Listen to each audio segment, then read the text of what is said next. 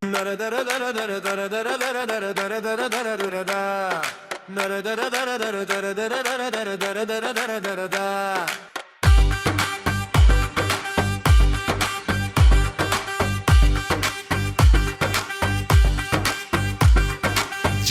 শ্বশুর দুষ্টুমিতে কাটে রে সারাদিন, শ্বশুর বাড়ি মধুর হাড়ি কত রঙে রঙিন। এই জামাই শ্বশুর দুষ্টুমিতে কাটে রে সারাদিন, জামাইরা সব চালাক বড় শ্বশুর গান খেলা। কে হবে রে কোন জামাই হবে সেরা, শ্বশুর বাড়ির ঘরটা জুড়ে নাটকের শেষ নাই। দুষ্টু মিষ্টি এই সংসারে আনন্দ বেসে যায়, শ্বশুর বাড়ি মধুর হাড়ি দিন পেরুলে সবই আমারই। আব্বা ঘটনাটিকে আজকে ঘটায় ফেলবেন? ঘটনা আজকে একটা ঘটবো, মগার এটা ফাইনাল ঘটনা না, বুঝছো? আজকে সেমিফাইনাল। এই মহিলাকে এই ঘর থেকে বের করো। বাহ, বিপদে পড়ার সাথে সাথে স্বামীর কাঁধের উপরে বন্দুকটা রেখে দিছো না? ভালোই। আবার বন্দুক? আর একবার বন্দুক উচ্চারণ করলে আমি তোমাকে গুলি করে মেরে ফেলবো। তুমি কোথাও যাবে না।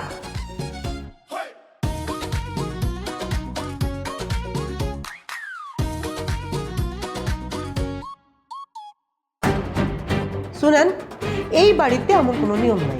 এই বাড়িতে যার যখন ক্ষুধা লাগে সে তখন খায় নাই। আমরা 3 বোন এত বছর ধরে এই বাড়িতে আছি, যার যখন ক্ষুধা লাগছে সে তখন খায় নিছি। তো নতুন নিয়ম আমি মানি না, মানবো না।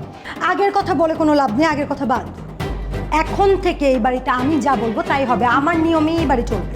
কিন্তু আমার তো খিদা লাগছে, আব্বা বাইরে গেছে, কখন ফিরবো তারপরে খামো, এটা তো হয় না।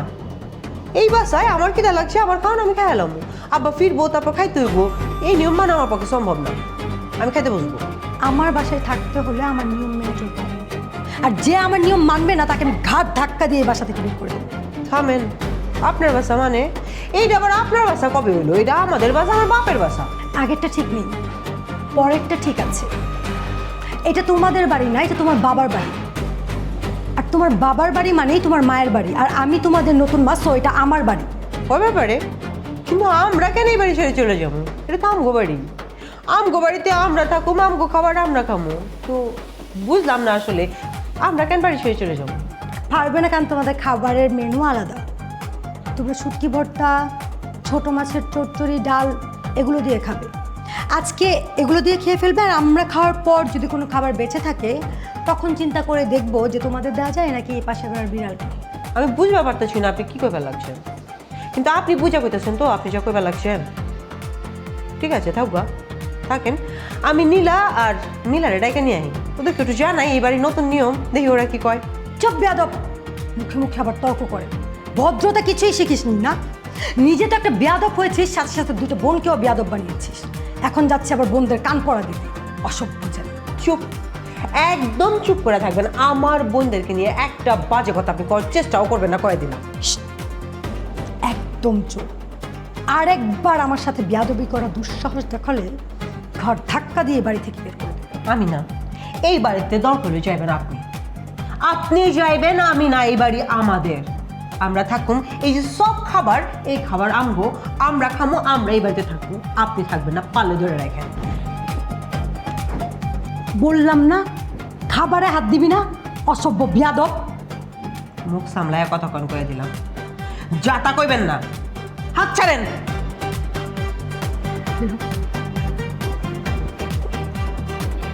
বুঝি না একবার এদেরকে কি মানুষ করেছে।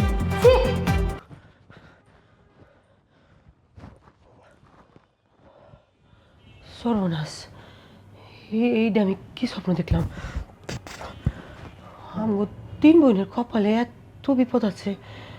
হয় শিলা, ওনা থুকু, আমি তো শিলা, সব ভুলে গেছি। নীলা, নীলা, এদিকে আয়, কথা আছে, এদিকে বেলা। ও কি স্বপ্ন দেখলাম এটা আমি? এত এত খারাপ সময় আমগো 3 বোনের। না না না, এইটা ব্যাপারে না। আচ্ছা আমি যাই। কি এমন জরুরি কথা মোর্শেদ সাহেব যা ফোনে বলতে পারেন না? স্যার, ভয়াবহ ঘটনা ঘটে গেছে। পাশা সওদাগর জেল থেকে জামিনে ছাড়া পেয়েছে স্যার। জেল থেকে পাশা সওদাগর বা মিশা সওদাগর যেই ছাড়া পাক না কেন, তা আমার কি? আমি কি তাদের চিনি? স্যার খাঁটি চন্দন, ময়শ্চারাইজার, জ্যাসমিন ও গোলাপের সৌরভে স্যান্ডেলিনা সো, রূপচর্চায় আভিজাত্য। পাশা সওদাগর কুখ্যাত ডাকাত সর্দার এবং খুনি। তার আরেক পরিচয় সেই ইলোরার এক্স হাজব্যান্ড, মানে ওনাদের ডিভোর্স হয়ে গেছে। সে না বিধবা? আপনি না সেদিন নিজের মুখেই বললেন ইলোরা সদ্য বিধবা হয়েছে। আর ইলোরাকে বিধবা করেছে তো ওই পাশা সওদাগর। ইলোরার হাজব্যান্ড লিয়াকত সাহেবকে হত্যা করেছে।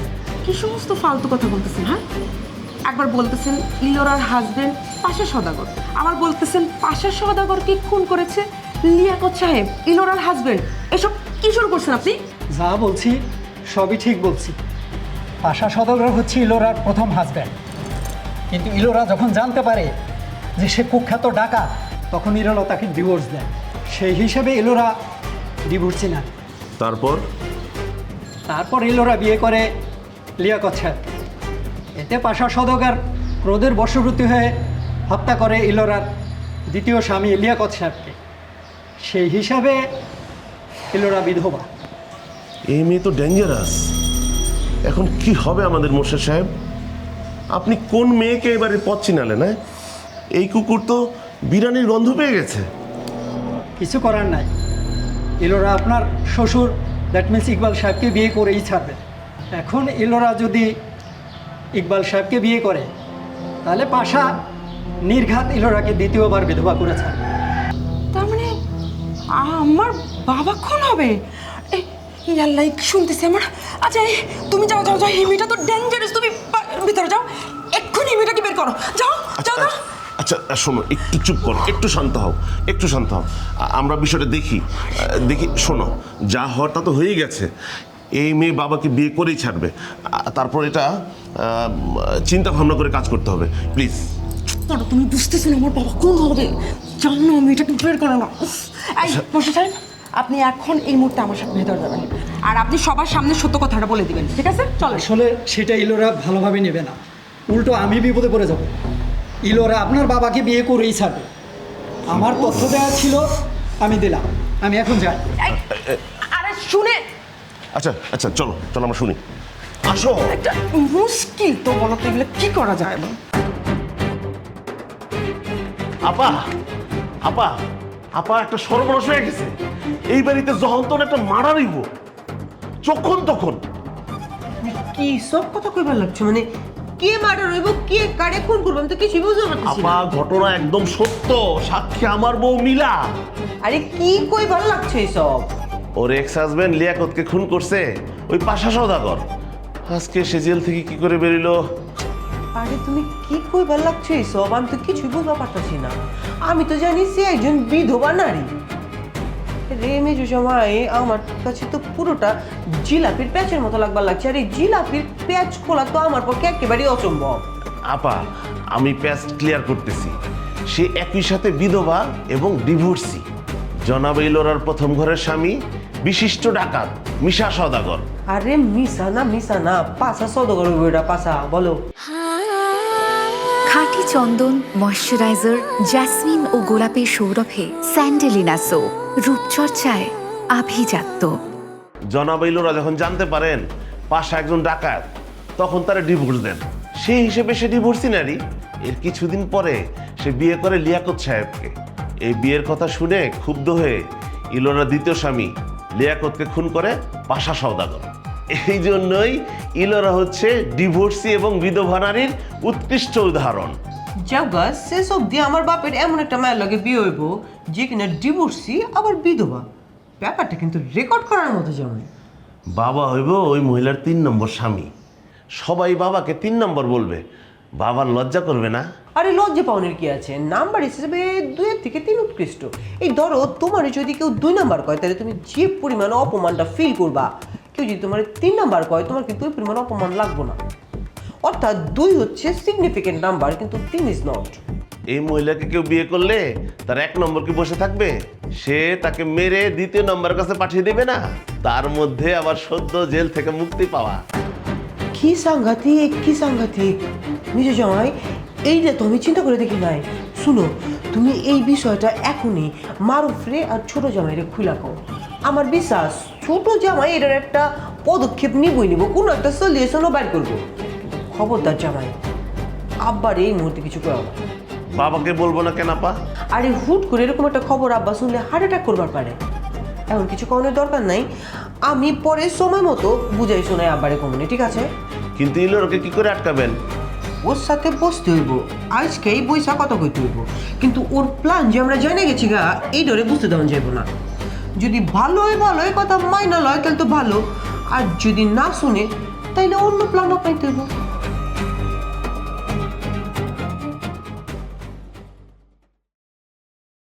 এই যে নাও তোমার ফেভারিট কফি। কফি খাওয়ার এখন কোনো ইচ্ছা নেই, তারপরে দাও। থ্যাঙ্কস। আই এম সরি, আমি না বুঝেই তোমাকে অযথা ব্লেম করেছিলাম, আমাকে মাফ করে দাও প্লিজ। যাক, তুমি যে তোমার ভুল বুঝতে পারছো সেই কারণে আমি খুব খুশি। কিন্তু আমরা তো বিপদে পড়ে গেলাম, বুঝছো? এখান থেকে কিভাবে উদ্ধার হবো? কিছুই করার নাই, আজ রাতটাই আমাদের এই বাড়িতে শেষ রাত। কাল সকালে উঠে আমরা কোথাও চলে যাব। পালাতে যাচ্ছ? ওই মহিলার থ্রেট শুনে ভয় পাইছো না? দুটোই। এই বাড়িটা এখন আর নিরাপদ নেই, কখন কি হয়ে যায় আসলে বলা যায় না। আর আমি তোমাকে হারাতে চাই না মারুফ। খাঁটি চন্দন, ময়শ্চারাইজার, জেসমিন ও গোলাপের সৌরভে স্যান্ডেলিনা সো, রূপচর্চায় আভিজাত্য। আমি তোমাকে অনেক ভালোবাসি। আমিও তোমাকে অনেক ভালোবাসি, কিন্তু এখন এই মুহূর্তে এই বাড়ি ছেড়ে কোথাও যাওয়া যাবে না। কেন? শ্বশুরবাড়ি ছাড়তে ইচ্ছা করে না? মানে একদম শিকড় গজিয়ে ফেলেছো? অবশ্যই শিকড় গজিয়ে ফেলেছি, কিন্তু সেটা হলো মায়ার শিকড়। আব্বাকে এই অবস্থায় রেখে কোথাও যাওয়া যাবে না, আর এটা তো আমাদের দায়িত্ব, তাই না? আর আব্বা কিন্তু এখন ওই মেয়েটাকে বিয়ে করতে চাচ্ছে না। আমাদের সবার উচিত বাবাকে সাপোর্ট করা। তা আমরা একা কি করব? বড় আপা, মেজো আপা তারাও বললো তাদের শ্বশুরবাড়ি চলে যাবে। তার চেয়ে বরং আমরা বাবাকেও তোমাদের বাড়িতে নিয়ে যাই। সেটা তো যাওয়াই যায়, কিন্তু তো সমাধান হবে না। শোনো, এখন বিপদের থেকে না পালায় আমাদের বিপদকে ফেস করতে হবে। আপার দুলাভাইয়ের সাহায্য নিতে হবে। ধারা করবে সাহায্য? আমার দুলাভাই দুজন চরম স্বার্থপর। এটা তোমার ভুল ধারণা। ওনারা খুবই সহজ সরল, আসলে বিপদে পড়লে একটু ভয় পায়। তাছাড়া ওনারা তো এই বাড়ির সন্তান। শোনো, আমাদের উচিত আমরা সবাই এখন একসাথে মিলে যাব, তাহলে কোনো বিপদ আমাদের কিচ্ছু করতে পারবে না। সেটা না হয় করা গেল, কিন্তু ওই মহিলা আর তার ডাকাত স্বামীকে কিভাবে তুমি সামাল দিবে? সেটা নিয়ে তোমার চিন্তা করতে হবে না। আজকে রাত্রের ভিতরেই আমি একটা প্ল্যান বের করে ফেলবো, আর কালকে সকাল থেকে খেলা শুরু। আমি এখন দুলাভাইদের সাথে কথা বলতেছি, তুমি আপাদের সাথে কথা বলো। ঠিক আছে, আমি বড় অপার সঙ্গে এখনই কথা বলতেছি। তুমি যাও, আমি আসতেছি। একটা ফোন।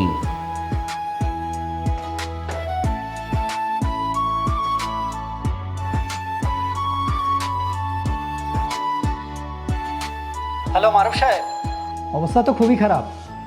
ইলোরা এবং পাশা সওদাগর এক হয়ে গেছে। এখন ওরা প্ল্যান করেছে কি করে আপনার শ্বশুরকে ইলোরা বিয়ে করতে পারে। এতে পাশার লাভ কি? আর সে না আবারও ইলোরাকে বিয়ে করতে চায়? টাকার লোভে সে সব করতে পারে। পাশা যখন দেখেছে ইলোরার মাধ্যমে সে ইকবাল সাহেবের সমস্ত সম্পত্তি ভোগ করতে পারবে, তখন সে ইলোরার সাথে হাত মিলিয়েছে। ওরা নতুন করে ষড়যন্ত্র করছে স্যার। ওদের জালে ওরাই পড়বে। ওদের যেইভাবে খুশি ওরা সেইভাবে খেলা সাজাক। লাস্ট ট্রাম্প কার্ডটা আমিই মারব। আর শোনেন, আপনি কালকে সকালে বাসায় চলে আসেন, বাকিটা আমি আপনাকে সামনাসামনি বলবো। এখন রাখি।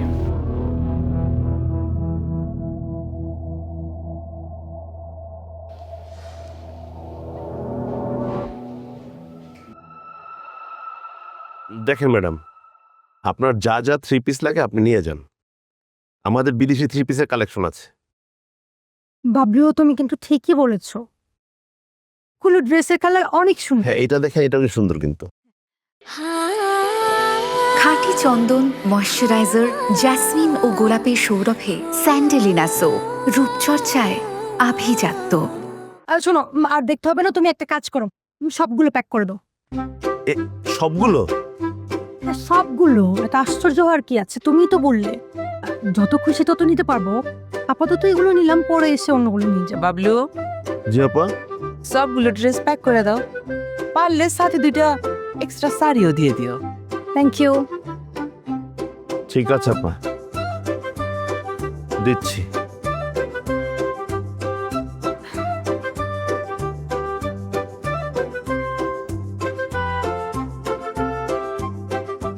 কিছু বলবে? হ্যাঁ, চিন্তা করছি বাবলু ড্রেসগুলো প্যাকেট করে নিয়ে এবার লাগছে। ও আইতে আইতে আপনার সাথে একটু জরুরি কথা কয়নি। ঠিক আছে, তার আগে শোনো ছিল, তোমার বাবার সাথে আমার বিয়ে হয়ে গেলাম, কিন্তু প্রায় এই শোরুমে আসবো, নতুন নতুন ড্রেস তো একটা। আব্বার সাথে যদি আপনার বিয়েটা হয়ে যায় তাহলে কিনতে হইব কেন? তাহলে তুই পুরো দোকানে আপনার, তাহলে তার কেনার দরকার নাই, তাই না? কথা হয়েছে কি করলে আপনি আমার বাবার সাথে শাদি করবেন? শিলা, আমি শুধুমাত্র ইকবালকে চাই, আর ইকবালের অল্টারনেটিভ শুধু ইকবাল। আপনার ওই সাফ সাফ একখানা কথা কইবার লাগছে, আপনার সাথে আব্বার শাদি হইব না। যে আমার ইলু মানে ইলুর আগের জামাই লিয়াকত সাহেব, হ্যাঁ বলে ছাদের ফালবের আত্মহত্যা করছিল, কিন্তু মিছা কথা। আমি তো বুঝে লাইছি হ্যাঁ ছাদের ধাক্কা মেরে ফালা মেরে লাইছে।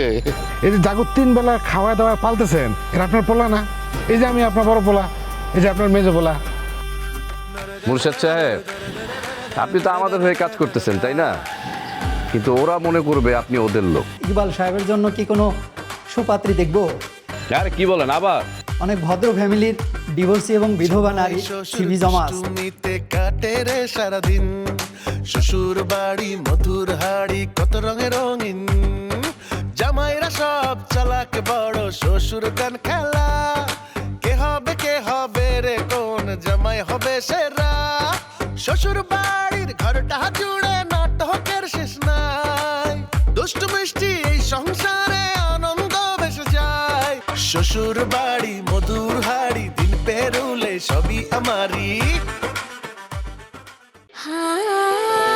খাঁটি চন্দন ময়শ্চারাইজার, জ্যাসমিন ও গোলাপের সৌরভে স্যান্ডেলিনা সো, রূপচর্চায় আভিজাত্য।